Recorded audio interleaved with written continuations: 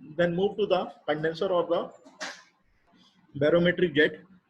एक बड़ा पाइप जो कि 10.33 मीटर का लेंथ का रहता है उसको बॉटम ऑफ कंडेंसर पे अटैच कर देते हैं, जो कि कंडेंसेट और कूलेंट को दोनों को डिस्चार्ज करता है कंडेंसर साइड से due to the gravitational action. क्योंकि वहाँ पे बहुत बड़ा पाइप रहता है जिसकी वजह से वहाँ पे ग्रेविटेशनल इफेक्ट आता है, और ग्रेविटेशनल इफेक्ट से जो कंडेंसेट है और कूलेंट वाटर है वो दोनों अलग हो जाते हैं। तो कंडेंसेट को अलग करने के लिए एक अलग से सेपरेट पंप लगा रहता है जिसका नाम कंडेंसेट एक्सट्रैक्शन पंप रहता है। And the water from the hot well will not be able to rise into the condenser and the flood the turbine due to the vacuum. This is the high level jet condenser. ये high level jet condenser है, जैसा कि आप इसमें देख रहे हैं एक लेवल मेंटेन किया गया है जिसमें कि जो कंडेंसेशन की प्रोसेस है वो काफ़ी अच्छे से की जा रही है, और इसको मीडियम कैपेसिटी पावर प्लांट में इस्तेमाल किया जाता है। जो वेफल्स आप यहाँ पे देख रहे हैं लगाई गई हैं, ये डायरेक्शन देने के लिए लगाई गई कि कंडेंसर को कहाँ पे इकट्ठा होना है। एक बड़ा पाइप 10.33 मीटर का यहाँ पे लगाया गया है, हॉट वेल पे गर्म पानी इकट्ठा हो रहा है, और उसके बाद यहाँ से जो वाटर है वो कूलिंग पॉइंट में जा रहा है, एंड द कूलिंग पॉइंट से जो वाटर है वो यहाँ से निकल के आपका इधर पे जा रहा है कंडेंसर साइड पे। और जो स्टीम्स है it is coming from the boiler side, exhaust stream is entering from the bottom side and the cooling water is coming from the top side. Buffels is giving the directions for the exchanging of the heat between of the hot steam and the cold fluid।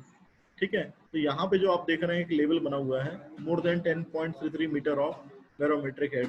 तो ये barometric head बना के आपका यहाँ पे काम किया जाता है, जो भी एयर रहती है इस कंडेंसर यूनिट के अंदर इसको एयर एक्सट्रैक्शन पंप से निकाल दिया जाता है। It is the advantage over the low level parallel flow और low level counter flow type of jet condenser.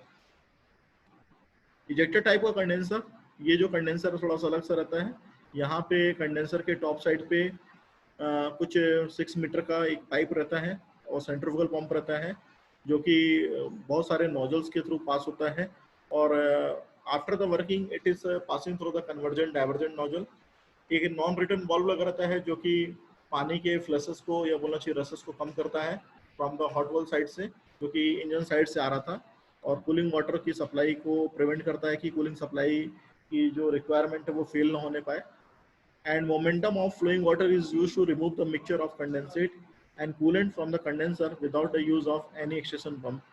जिस तरह का मोमेंटम है ये बनाए रखता है कि फ्लोइंग वाटर की कमी ना होने पाए, और मिक्सचर जो भी रहता है कंडेंसेट या कूलेंट के बीच में उनको दूर करने का काम भी करता है किसी बिना किसी एक्सट्रैक्शन पंप के। तो this is the ejected condenser. तो कूलिंग वाटर जो है आप देख रहे हैं ऊपर साइड से यहाँ से आ रहा है, नॉन रिटर्न वाल्व जो है यहाँ पे लगा हुआ है, exhaust steam is coming from this side. तो नॉन रिटर्न वाल्व ऐसा वाल्व रहता है जो कि स्टीम की सप्लाई को रेगुलेट करने का काम करता है, और एक बार यदि ओपन होता है तो वो कंटिन्यूसली स्टीम की सप्लाई करता है। कन्वर्जेंट नोजल जो है ये आप जो देख रहे हैं साइजेस में कन्वर्जेंट नोजल कवर करते हैं। नीचे यहाँ पे कन्वर्जेंट डाइवर्जेंट टाइप का नोजल लगाया गया है जो कि स्पीड बढ़ाने का काम करता है, तो स्पीडली यहाँ पे वर्किंग होती है। और बोलना चाहिए जो कंडेंसेट कूलिंग कूलेंट और एयर का है उनको अलग करता है, हॉट वेल में भेजता है, और आफ्टर दैट इसकी वर्किंग को हम फिर से बॉयलर में वापस से पानी को पहुंचाते हैं जो कि कंडेंसेट कूलिंग हॉट वाटर के रूप में कलेक्ट हो रहा है, उसको हम बॉयलर के साथ में पहुंचाते हैं। क्या एडवांटेज और डिसएडवांटेज होते हैं जेट कंडेंसर के? पहला एडवांटेज सिंपल डिज़ाइन का है, चीपर है, इसलिए इसका एडवांटेज माना जाता है कि बोल सकते हैं भाई सिंपल है, डिज़ाइन इसकी सिंपल रहती है, चीपर रहता है, सस्ता रहता है। दूसरा देखेंगे तो लेस फ्लोर एरिया रिक्वायरमेंट है, बहुत ज़्यादा फ्लोर एरिया की रिक्वायरमेंट नहीं रहती है जेट टाइप के कंडेंसर को लगाने के लिए। डिसएडवांटेज देखेंगे तो कंडेंसेट जो है प्योर नहीं है, वैक्यूम एफिशिएंसी कम होती है। सरफेस कंडेंसर, जहाँ की स्टीम जो कि टरबाइन से निकल के आ रही है और जो कूलिंग वाटर है उन दोनों को डायरेक्टली कांटेक्ट में नहीं लेके आते हैं, वो सरफेस कंडेंसर कहलाता है। Steam and the cooling water do not come in physical contact, rather they are separated by the heat transfer wall। Condensate remains pure and the can be reused। Condensate को फिर से हम reuse कर सकते हैं। तो स्टीम जो है टॉप एंड साइड से आ रही है, जो प्लेट से वो यहाँ पे लगी हुई है। टरबाइंस आपकी सॉरी ट्यूब्स जो है जिसके अंदर के पानी फ्लो होता है वो यहाँ पे है। तो वाटर इनलेट ये है, वाटर आउटलेट ये है। तो पानी ट्यूब के अंदर से यहाँ से आता है, ट्यूब के बाहर से यहाँ से निकल जाता है, स्टीम जब कांटेक्ट में आती है सराउंडिंग्स ऑफ ट्यूब्स के कांटेक्ट में, जब स्टीम कांटेक्ट में आती है तो वहाँ पे कंडेंसेशन की प्रोसेस होती है और बैफल जो रहती है यहाँ पे डायरेक्शन प्रोवाइड करने का काम करती है। तो ये जो प्लेट है वो प्लेट लगी हुई है ताकि हम डायरेक्शन को प्रोवाइड कर सकें। कंडेंसेट को कलेक्ट करने का काम एक्सट्रैक्शन पंप का रहता है जो कि बॉटम साइड पे लगा रहता है। डाउन फ्लो सरफेस कंडेंसर, तो एग्जॉस्ट स्टीम जो है top of the condenser inter करती है, top of the condenser steam inter करती है और फिर उसके बाद जो वर्किंग इसकी रहती है, steam enter the top of condenser shell and the flow downwards over the water tubes. Water tubes are double pass, जो कि वाटर ट्यूब जो है डबल पास टाइप की रहती है।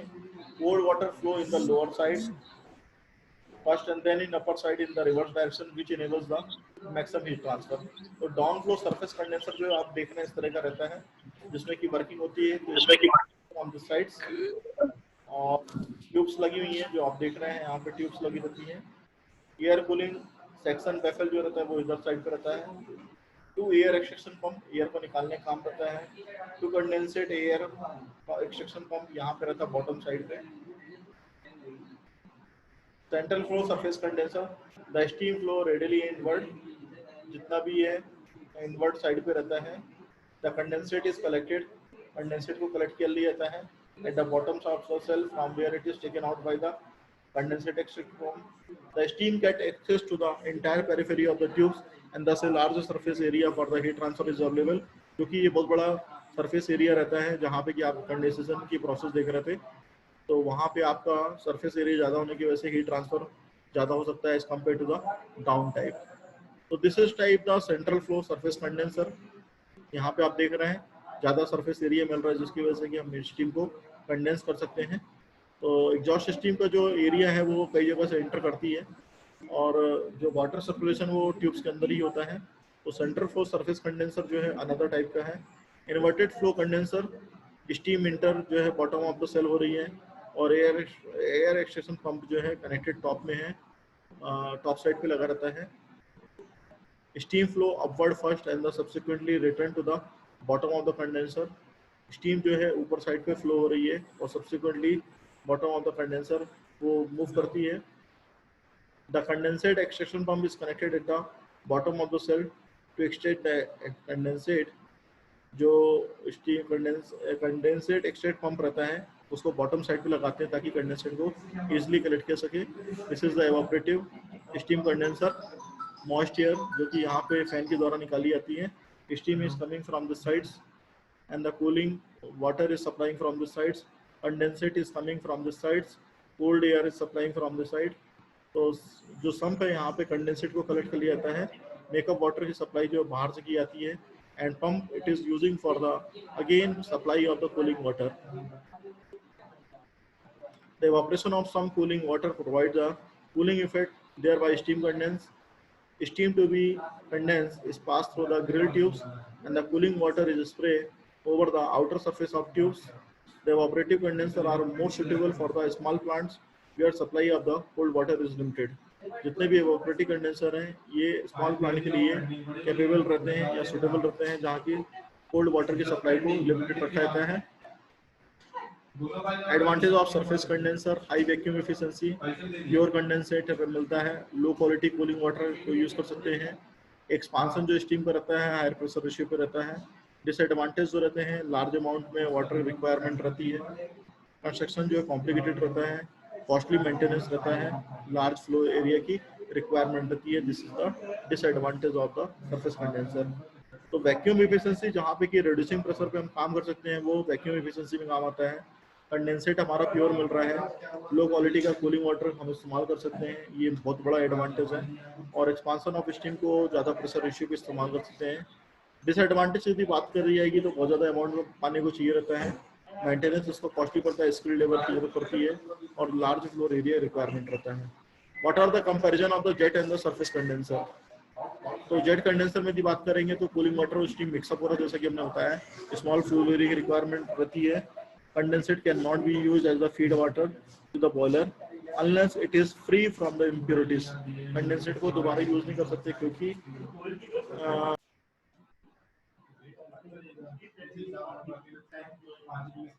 जी फिर से डिस्कनेक्ट हो गया था।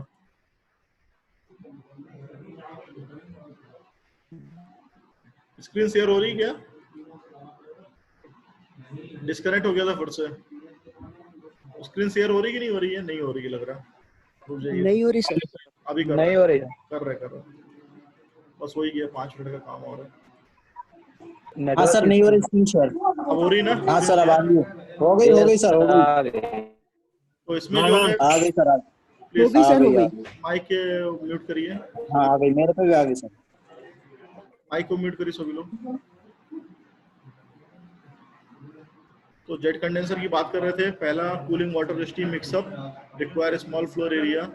कंडेंसेट को दोबारा यूज नहीं कर सकते क्योंकि जो पानी सप्लाई हो रहा है वो इम्प्योरिटीज से मिला हुआ रहता है, इसलिए यूज नहीं कर सकते। मोर पावर रिक्वायर रहती है, less power require for the water pump, require less quantity of cooling water. Condensing plant is simple, suitable for the high capacity plant due to the low vacuum efficiency. Surface condenser पे भी चलेंगे तो cooling water और steam दोनों mix up हो रहे हैं। Larger surface area की रिक्वायरमेंट है।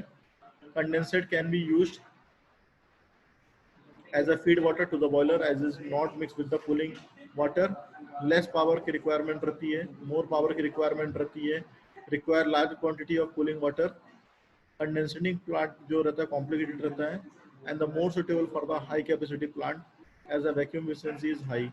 अब वैक्यूम क्रिएशन कैसा रहता है कंडेंसर पे? जब स्टीम कंडेंसर जबकि क्लोज वेसल में लगाया जाता है तो वहाँ पे वेपर फेज जो वर्किंग सब्सटेंस रहती है वो लिक्विड से वेपर में चेंज हो रही है, तो स्पेसिफिक वॉल्यूम रिड्यूस होता है ताकि मोर देन 1000 टाइम्स वहाँ पे अपने को वर्क डन मिलता है। Due to the change in specific volume the absolute pressure in the condenser fall below the atmospheric pressure and a high vacuum is created. This minimum pressure that can be attained depends on the temperature of the condensate and the air present in the condenser. The absolute pressure is equal to the atmospheric pressure minus of the vacuum gauge pressure in the condenser. So this is the vacuum creation which is necessary for the reducing of the pressure and for the increasing of the specific work output correspondingly of the increasing of the plant efficiency. This is the need of the surface condenser. So that is the today lecture. If any question, please ask me.